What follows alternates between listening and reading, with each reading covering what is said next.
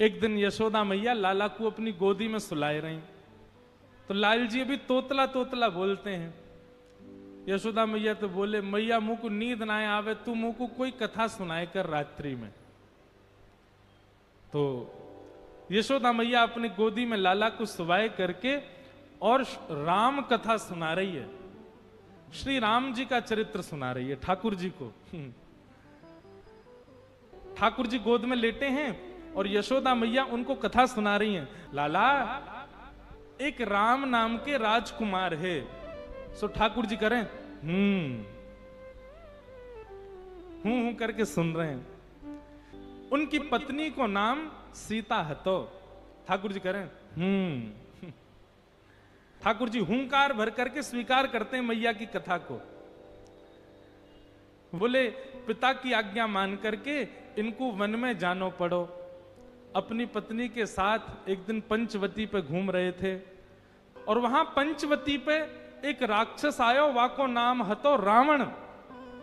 ठाकुर जी बोले और वह रावण ने आकर के सीता जी को हरण कर लियो। अब की बार ठाकुर जी ने हूं नहीं किया, यशोदा मैया की गोद में पड़े पड़े यशोदा मैया को पल्लू पकड़ लिया ठाकुर जी ने कस के। और फिर क्या हुआ, जैसे ही यशोदा मैया ने कही कि रावण ने आकर के सीता जी को हरण कर लियो, ठाकुर जी नींद वीत तो सब भूल गए और उठ करके खड़े हो गए। ए लक्ष्मण, मेरा धनुष बाण लेकर के आओ, अभी बताता हूं इस रावण को, आज इसका यहीं पर सिर छेदन कर दूंगा। कैसे लेकर जाएगा सीता जी को यहां से? ठाकुर यशोदा मैया को, लाला लाला, मेरा धनुष बाण कहां है? आज इस रावण को मैं यहीं देख लूंगा, ये मेरे सामने से कैसे ले? उस दिन तो मैं कहीं और चला गया था तो सीता जी का हरण कर लिया इसने, आज ये नहीं कर पाएगा।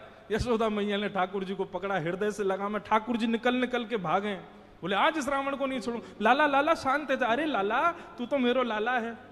ठाकुर जी को अचानक याद आई, अरे मैं तो कृष्ण हूं।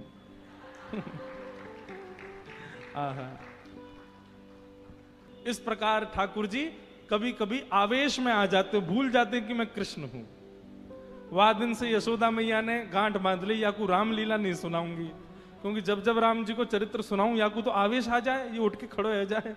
ऐसे ठाकुर जी की मधुर लीला। नन्हे से गोपाल जी, मैया यशोदा खूब आनंद कराती है ठाकुर जी को, हृदय से लगा करके खूब प्रेम करती है ठाकुर जी को। भगवान ऊधम करते हैं, ठाकुर जी चोरी करते हैं, तो जैसे ही गोपी को पता चलती है आज उसके यहां चोरी हुई, तो गोपी को चिंता होती है, क्यों मेरा मक्खन बढ़िया नहीं था, मेरे यहां क्यों नहीं करी? वो स्वयं भी चाहती है कि मेरे यहां लाल आमे, यहां आके चोरी करें। क्योंकि सब गोपियां जानती हैं कि ये श्री कृष्ण कौन है, साक्षात पर ब्रह्म है। कहीं ना कहीं चित्त में उनके में ये भाव आता है कि कृष्ण पर ब्रह्म है। गोपियों के यहां जा जा करके ठाकुर जी चोरी करते हैं। आहा, एक गोपी ने दूध में बढ़िया मिश्री डाली और मिश्री डाल करके दूध ओटायो, ओटा करके दूध को जमा के दही बना दियो, मिष्टी दही, मीठो दही जमायो। और मीठो दही जमा करके गोपी ने ऐसी जगह रखो कि लाला को मिलेगा ही नहीं। कहां रखो? मटकी रख करके, और वाके ऊपर सुंदर एक बैठवे को मूढ़ा रख के वापस स्वयं बैठ गई। ठाकुर जी आ गए। ठाकुर जी आकर बोले, और भाभी जी कहा हेरो है? गोपी बोली, कछु ना हेरो लाला, तू कैसे आए हो यहां पे? ठाकुर जी बोले, सुगंधी आ रही है, कहीं पे ऐसा लग रहा है कि चेंटी लगवे वारी है बहुत जल्दी। गोपी बोली, लाला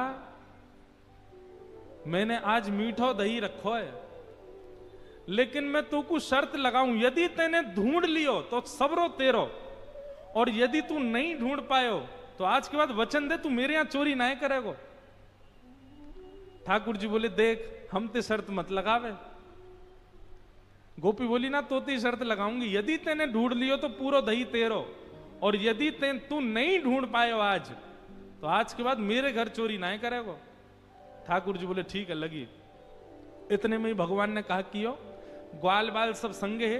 अच्छा, इतने ट्रेंड हो गए हैं कुछ ही दिनों में कि इशारों से ही समझ जाते हैं सब ग्वाल बाल ठाकुर जी क्या कह रहे हैं। ठाकुर जी ने सब ग्वाल बालों को इशारा किया। क्या इशारा किया?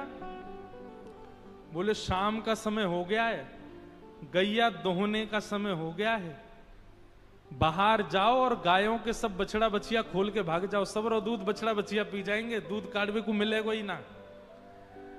इतने में ही ग्वाल बाल दौड़ करके गए और गौशाला में जाके सब बछड़ा बछिया खोल दिए और बछड़ा बछिया अपने अपने मैयान के थनन के मुख में लगा करके और पीन लगे। इतने में ही सब ग्वाल बाल आए, अरे गोपी तू यहां बैठी है, मां तेरी गैयान को सबरो दूध पी गए बछड़ा बछिया। गोपी ने उठ करके खिड़की में से देखी तो सब बछड़ा बछिया दूध पी रहे हैं, तुरंत भागी गौशाला को। ठाकुर जी ने मूढ़ा उठा के दूर किया और मिष्टी दही गोद में लेकर बोले हम ते शर्त लगावेगी हैं,